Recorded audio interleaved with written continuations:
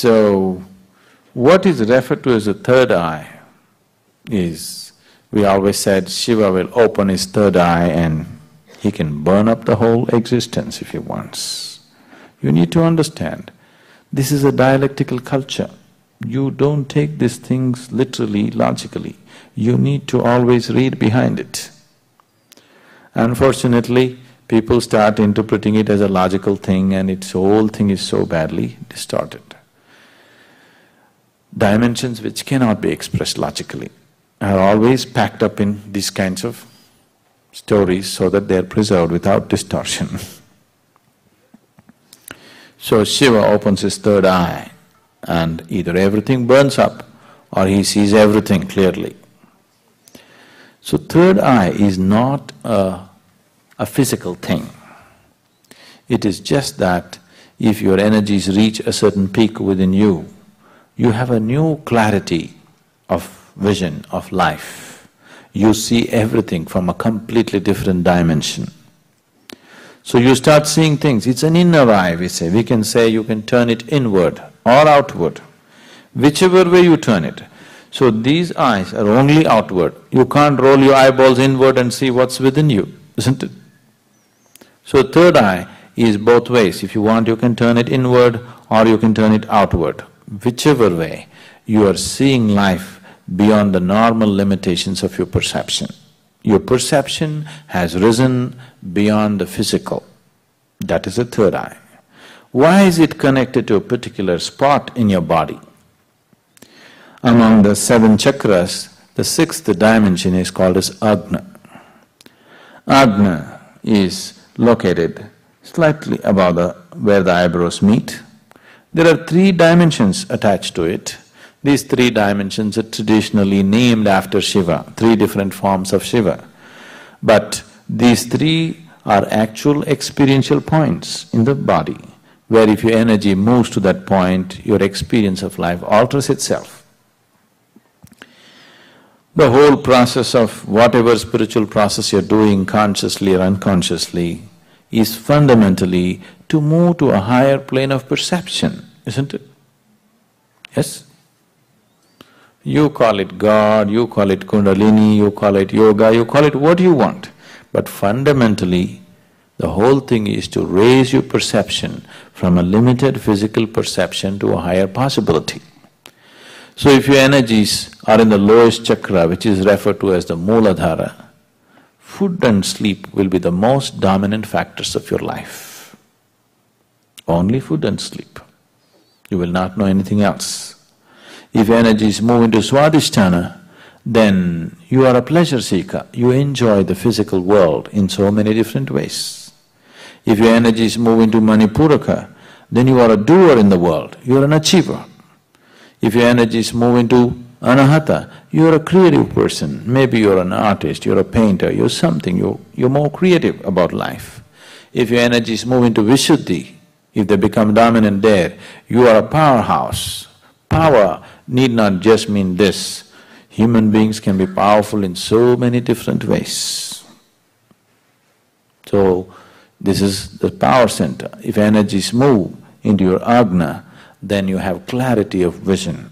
Now, you are intellectually realized, not experientially realized. Intellectually realized, you touched a point where life cannot disturb you, life cannot take a toll on you because intellectually you're realized, but still you're not ecstatic in any way. You don't know the ecstasy of life, but you have stability of life. Nothing can touch you, nothing can disturb you, you come to that point.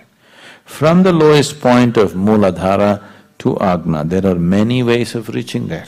There's so many paths, 1,000,000 different paths of how to get there. But from Agna to Sahasrara, there is no way. It's a pathless path.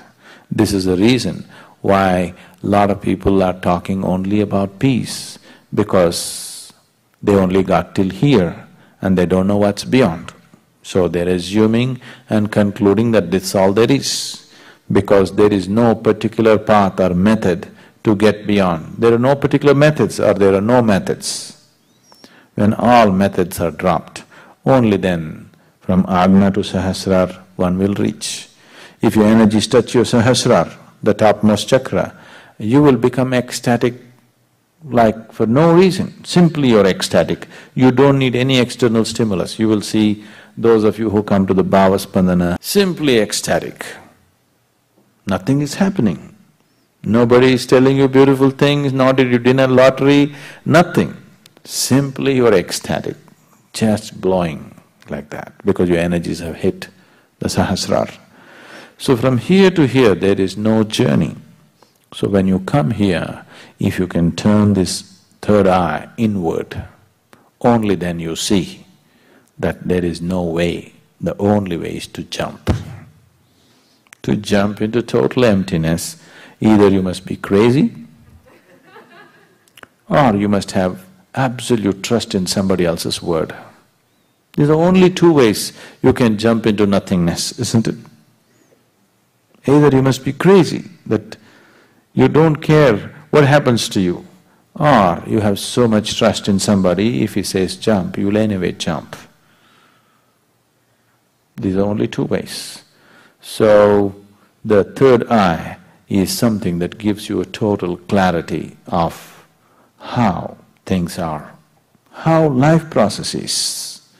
When I say life, don't think of life in terms of waking up in the morning, eating, going to the party, not that life. Fundamental life, life as you, life as an entity, life as a basis of existence right now. Once you have a clear vision of this, then the way you function and the way you conduct your life is very, very different. So once your third eye opens, it is not that this is going to split and open up, your perception has risen beyond the physical. You have started seeing that which is beyond the physical. You know, have you heard about those schools and they have them blind so that they develop this ability to do remote viewing and… No, those schools are fundamentally trying to develop the intuitive nature of the mind. But I am not talking about the mind when I say the third eye. See, mind is capable of fantastic things by itself. You have not explored even a small percentage of the mind's capabilities. Human beings have not explored even a very small capabilities of the mind. What they're trying to do by closing off the eyes for a certain period is to develop an intuitive mind. See, for example, a person who is visually handicapped, his sense of the other four senses are very high, isn't it? Have you noticed this? Their capability is so uncanny about how they hear things, how they know things just by the direction of the sound is so uncanny. So that is about heightening a certain aspect of the mind so that they become intuitive. That's a different dimension. If even in India, people who want to train in astrology, people who want to train in predicting other people's lives and things, they shut their eyes off for long periods so that they learn to use their mind in a particular way. When I say third eye, we are not talking about the mind at all. It doesn't involve the normal process of the mind. It's a different dimension by itself. For more on Sadhguru, visit www.ishafoundation.org.